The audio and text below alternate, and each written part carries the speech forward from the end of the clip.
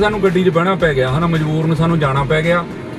ਸੋ ਬਾਈ ਗੱਡੀ ਬਹੁਤ ਬਚਾ ਕੇ ਚਲਾਇਆ ਕਰੋ, ਇਹੋ ਜਿਹੇ ਢੰਗ ਨਾਲ ਨਾ ਗੱਡੀ ਚਲਾਇਆ ਕਰੋ ਯਾਰ। ਆ ਦੇਖੋ ਐਕਸੀਡੈਂਟ ਹੋ ਗਿਆ ਬਹੁਤ ਭਿਆਨਕ ਮੁੱਲਾਂਪੁਰ ਸ਼ਹਿਰ ਕੋਲੇ, ਮੁੱਲਾਂਪੁਰ ਦਾਖਾ ਕੋਲੇ, ਜਿਹੜੀ ਨੈਸ਼ਨਲ ਹਾਈਵੇ ਆ ਮੋਗੇ ਵਾਲੀ ਉਹਦੇ ਤੇ ਹਨਾ, ਮੁੱਲਾਂਪੁਰ ਦੇ ਨਾਲ ਹੀ ਅਨਰਾਗ ਪੰਪ ਦੇ ਨਾਲ ਹੀ ਹਨਾ। ਦੇਖੋ ਆਹ ਗੱਡੀਆਂ ਦੋਨੇ ਤੇ ਆਹ ਗੱਡੀ ਦੇ ਵਿੱਚਾ ਬੰਦਾ ਫਸਿਆ ਹੋਇਆ ਦੇਖੋ ਵਿਚਾਰਾ, ਉਹ ਦੇਖੋ ਉਹਨੂੰ ਕੱਢ ਰਹੇ ਆ, ਉਹ ਦੇਖੋ ਉਹ ਬੰਦਾ ਫਸਿਆ ਹੋਇਆ ਰਾੜਾ ਨਾਲ, ਉਹਨੂੰ ਮੁੰਡੇ ਕੱਢ ਰਹੇ ਆ ਉਹ ਦੇਖੋ।